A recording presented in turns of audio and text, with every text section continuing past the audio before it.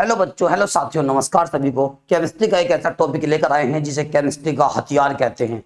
सबसे खतरनाक हथियार जिसका नाम क्या है, हुंस रूल। ये केमिस्ट्री के जितने भी चैप्टर्स होते हैं, class 10th 11th 12th BSc NEET IIT, maximum chapters के अंदर ये टॉपिक यूज होता है। नाम क्या है, हुंस रूल। देखते हैं बिल्कुल ध्यान से क्या होगा इसमें। करें स्टार्ट। आज प्यारे साथियों, हुंस रूल के अंदर जो आता है, पहले सब सेल्स आती हैं, सब सेल्स के अंदर ऑर्बिटल्स होते हैं। क्या कैसे कैसे होते हैं समझने की आप लोग कोशिश करेंगे। तो मेरे प्यारे साथियों, पहले इसमें आते हैं S P D and F, ये सब सेल्स हुआ करती हैं।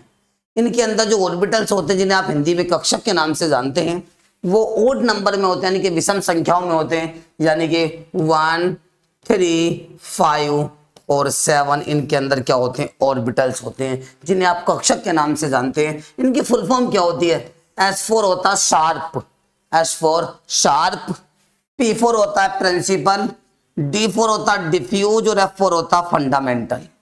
ओके प्यारे साथियों, एस में कितने ऑर्बिटल होते हैं, 1 ऑर्बिटल। ऑर्बिटल पे ऑर्बिटल कितने होते हैं, बॉक्स होते हैं। एस में एक बॉक्स होता है।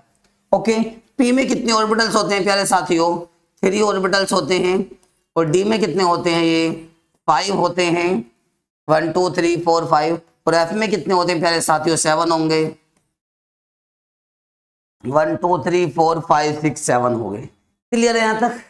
अब इनके अंदर इलेक्ट्रॉनों को फिल किया जाता है। इलेक्ट्रॉन क्या करते हैं, फिल करते हैं।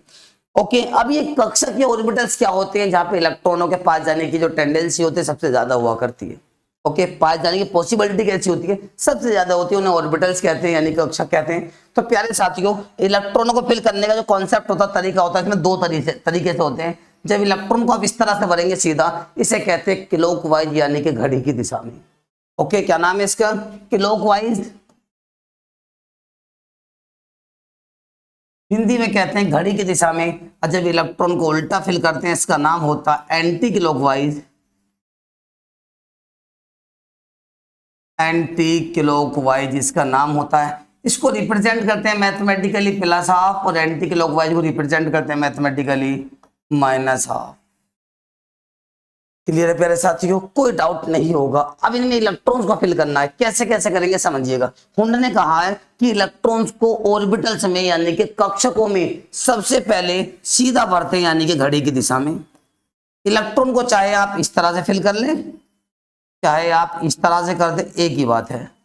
ओके, अब हमने इस तरह से फिल किया है, तो कहने का मतलब है कि इसका एक पार्ट कहां दब जाता है, इसका एक पार्ट वहां दब जाता है। जब दूसरा इलेक्ट्रॉन आता है वो फ्रंट पे आ जाता है। कहने का मतलब चाहे तो इस तरह से फिल कर दो, चाहे इस तरह से, दोनों तरीके से आप लोग फिल कर सकते हैं। 1 2 3 4 5 6 और क्या आ गया हमारे पास, 7 आ गया। First of all electron fill the clockwise direction. सबसे पहले इलेक्ट्रॉनों को सीधा घड़ी की दिशा में भरते हैं। जब एक एक इलेक्ट्रॉन सब में फिल हो जाता है तो उसे कहते हैं हाफ फिल्ड। हाफ का मतलब आधा आधा, फिल का मतलब भरा हुआ, यानी कि अर्धपूर्ण हिंदी में कहते हैं। और अर्धपूर्ण यानी कि हाफ फिल्ड का मतलब क्या होता है, जिसमें एक एक इलेक्ट्रॉन सब में भर जाता है, उसे हाफ फिल्ड या अर्धपूर्ण कहते हैं। और अर्धपूर्ण या हाफ फिल्ड भरने के पश्चात इलेक्ट्रॉनों को एंटी क्लॉकवाइज फिल किया जाता है। इस रूल को कहते हैं हुंस rule. According to this rule, electrons are filled in the orbital first of all clockwise direction. After half filled electron fill the anti-clockwise direction. This rule is called हुंस rule. यानी कि इस नियम के अनुसार इलेक्ट्रॉनों को कक्षकों में सबसे पहले घड़ी की दिशा में सीधा भरते हैं। अर्धपूर्ण भरने के पश्चात इलेक्ट्रॉनों को घड़ी की विपरीत दिशा में भरा जाता है। इस नियम को हुंड का नियम कहते हैं। ओके प्यारे साथियों, आगे देखिएगा। सबसे पहले इलेक्ट्रॉनों को सीधा भरेंगे क्लॉकवाइज। जब एक एक भर जाएगा उसके बाद कैसे फिल करेंगे, एंटी क्लॉकवाइज, यानी कि घड़ी की विपरीत दिशा में। First of all fill the clockwise direction, after half fill anti clockwise. Clockwise और क्या आ गया हमारे पास, एंटी क्लॉकवाइज आ गया। अब हम इसके कुछ एग्जांपल लेके आपके सामने आ रहे हैं। सपोज दैट हमारे पास D6 आ जाए। कुछ बच्चों के दिमाग में तो यह आता कि सर डी में तो 5 ऑर्बिटल होते हैं, आपने 6 क्यों कर दिए। मेरे प्यारे साथियों, यदि कोई नंबर स्टार्टिंग में आपको दिख रहा है, कहने का मतलब उसके अंदर उतने ऑर्बिटल्स यानी कि कक्षक होते हैं। यदि यही नंबर इसके ऊपर जाके चढ़ जाता है, ऐड हो जाता है, पहुंच जाता है, तो इसका मतलब वो नंबर ऑफ इलेक्ट्रॉन्स होते हैं जो इसके अंदर फिल करने होते हैं। अब डी के ऊपर चला गया कौन, 6, तो कहने का मतलब डी में कितने इलेक्ट्रॉन है प्यारे साथियों, 6 इलेक्ट्रॉन है। अब डी में जो ऑर्बिटल्स होते हैं, बॉक्स होते हैं, वो कितने होते हैं, डी में जो बॉक्स होंगे 5 होंगे, 1 2 3 4 5।